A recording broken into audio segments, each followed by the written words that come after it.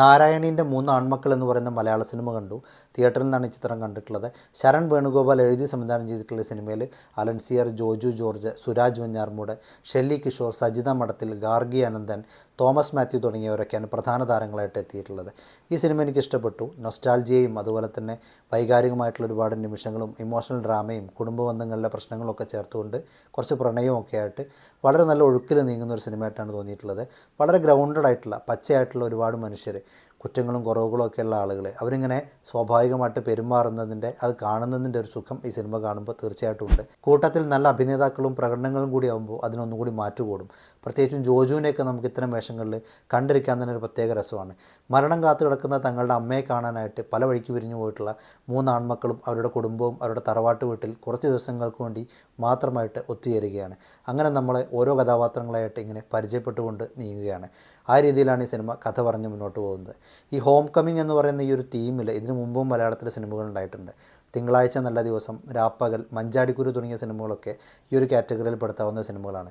ആ ഒരു പാറ്റേൺ തന്നെയാണ്, അല്ലെങ്കിൽ ആ ഒരു ഫോർമാറ്റ് തന്നെയാണ് നാരായണീൻ്റെ മൂന്നാൺമക്കൾ എന്ന് പറയുന്ന സിനിമയും പിന്തുടരുന്നത്. ഈ സിനിമയിൽ വളരെ സെൻസിറ്റീവായിട്ടുള്ള ഒരു പ്രണയം കടന്നു വരുന്നുണ്ട്. ഒരുപക്ഷെ ഒരു ഹോട്ട് ടോപ്പിക്കായിട്ട് മാറിയേക്കാവുന്ന, ചർച്ചകൾക്കൊക്കെ വഴിവെച്ചേക്കാവുന്ന, മലയാള സിനിമയിൽ അങ്ങനെ കണ്ടു ശീലിച്ചിട്ടില്ലാത്ത തരത്തിലുള്ള ഒരു പ്രണയമാണത്. തീർച്ചയായിട്ടും ചർച്ചകൾക്കൊക്കെ ആ ഒരു പ്രണയം വഴി തെളിക്കുമെന്നാണ് എനിക്ക് പേഴ്സണലി തോന്നുന്നത്. റൺ കല്യാണി എന്ന് പറയുന്ന സമാന്തര സിനിമയിലാണ് ഇതിനു മുമ്പ് ഗാർഗി അനന്തൻ എന്ന് പറയുന്ന നടിയെ കണ്ടിട്ടുള്ളത്.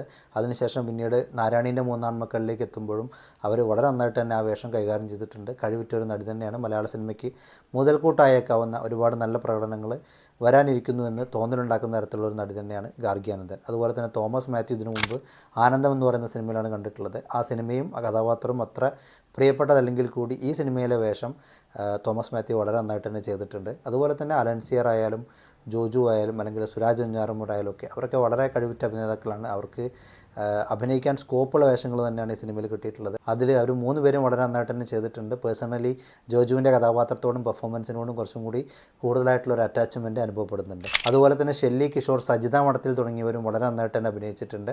കൊമേഴ്സ്യൽ എലമെൻറ്റ്സ് ഒക്കെ വളരെ കുറവുള്ളൊരു സിനിമയാണ്. സ്ലോ പേസ്ഡ് ആയിട്ട് നീങ്ങുന്നൊരു മൂവിയാണ്.